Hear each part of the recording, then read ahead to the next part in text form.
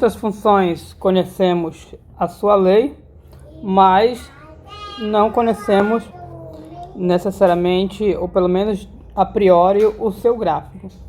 Então, nós veremos através desse exemplo como descobrir se uma função é par ou se uma função é ímpar, olhando para a sua lei. E quando você conhece se a função é par ou função é ímpar, fica até mais fácil esboçar o gráfico. Por quê? Porque você esboça um lado do gráfico, o lado direito do eixo Y, você tem o eixo Y aqui, esboça aqui. E a partir daí, você sabe como será o lado esquerdo. Se você tiver a informação, por exemplo, que a função é par. Nesse caso aqui, você sabe que vai ser mais ou menos assim, se a função for par, porque esse lado será um reflexo desse. Então, a questão da simetria, ou seja, saber se a função é par ou ímpar, vai nos auxiliar a esboçar gráfico, conteúdo esse que será abordado em um futuro distante. Pois bem, vamos colocar o nosso sol de solução.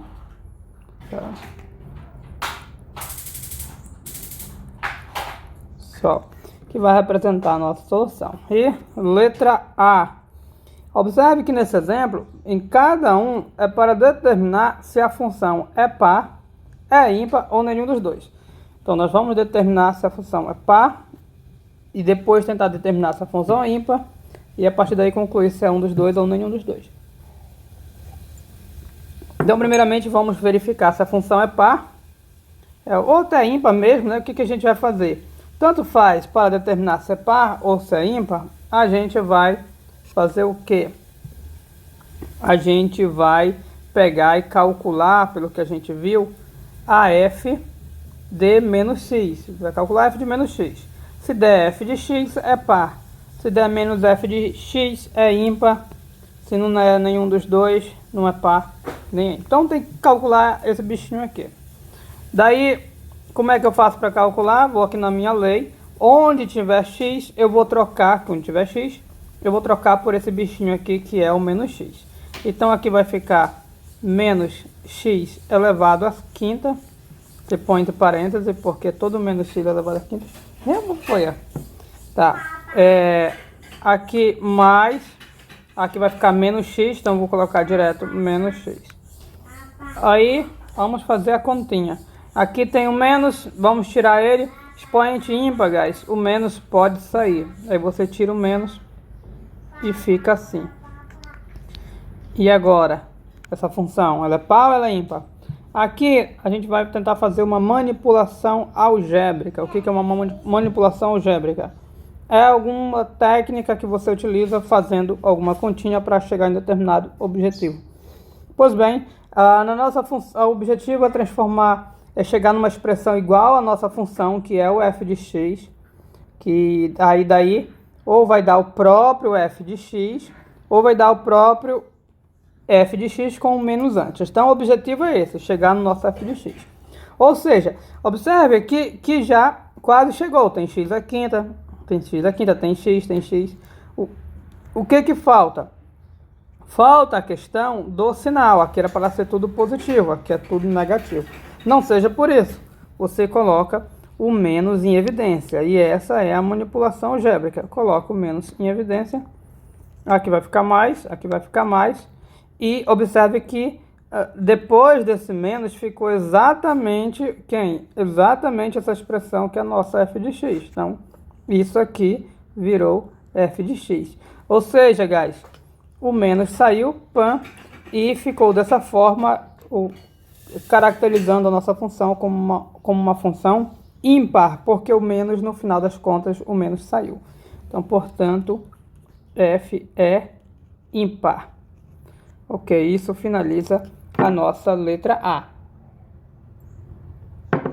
Letra B é semelhante, então talvez eu faça um pouco mais direto. Letra B ou não. A letra B, a nossa função agora é g, não é mais f. Vamos colocar assim, né? Okay. Pego logo as duas e deixo flutuante. Então, na letra B, guys, a função é g, como de praxe, para descobrir se é par ou ímpar. Vamos aplicar em menos x. Aí como é que eu faço? 1 menos, troco o x aqui por menos x, vai ficar menos x elevado a 4. Guys, se numa potência de expoente ímpar o menos sai, na potência, que é uma potência expoente par, o menos some. Então esse menos aqui eu posso sumir, vai ficar só elevado a 4. E ao fazer isso, observe que chegou exatamente ao nosso g de x. G de x. Qual é a moral da história? O g do menos x deu o g de x. Então, nossa função é o quê? Par. Par, cadê a função par? Daqui, ó. Professor, mas era quando era f. Aqui não importa se é f, se é g, h, qualquer letra. Aplicou a função no menos x, se der igual a ela no x, a função é par. No caso aqui é g, apliquei a g no menos x, deu o próprio g de x e é par.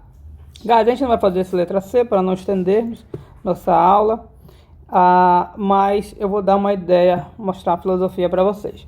Quando você aplicar no menos, perceba que no ímpar, para ser função ser ímpar, o menos tinha que sair. E para a função ser par, o menos tem que sumir. Aqui o menos saía, por causa que tanto essa parcela quanto essa parcela eram expoentes ímpares. Então o menos saiu daqui, o menos saiu e deu para colocar em evidência. Nessa aqui, o único lugar que apareceu menos era em expoente par. O menos sumiu e fez com que se tornasse a nossa função par. Aqui essa função ela não vai ser par nem vai ser ímpar. Por quê? Enquanto aqui é um expoente ímpar, vai fazer com que o menos saia, aqui vai fazer com que o menos suma. Então, eu vou ter parcela que o menos vai sair, parcela que o menos vai sumir.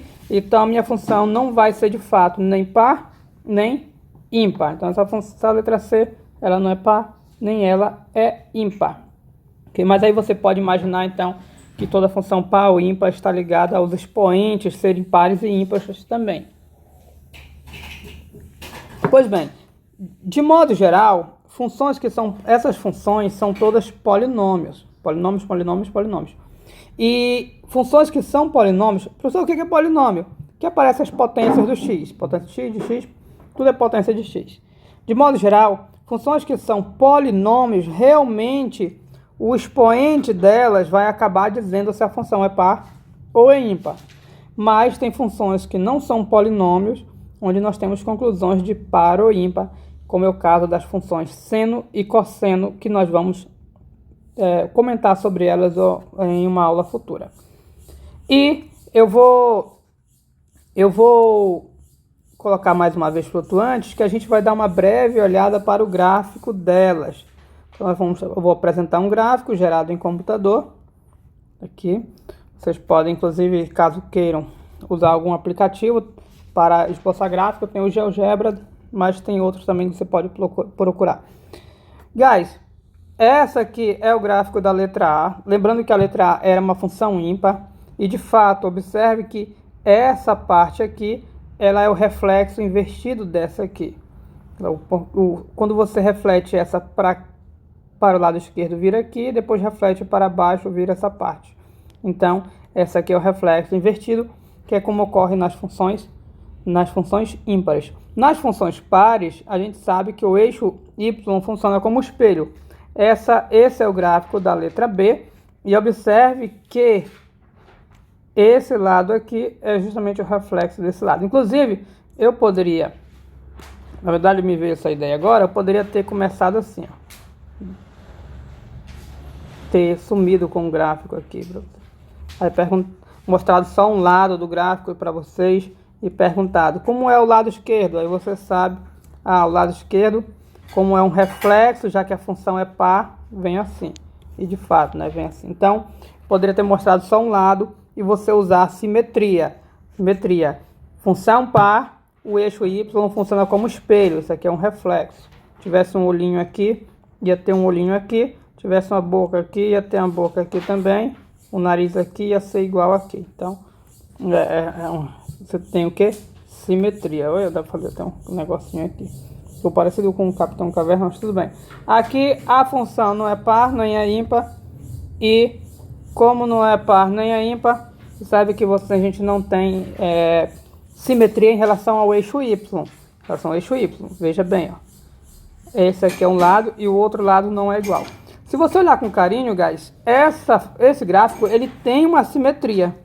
Bem aqui, ó. Ele tem em relação a essa linha, tem uma simetria. Por quê? Esse lado é igual a esse. Igual refletido. Mas só que a nossa simetria não é em relação ao eixo Y. Funções pares e ímpares possuem simetria em relação ao eixo Y, ok? Então é isso. Thanks.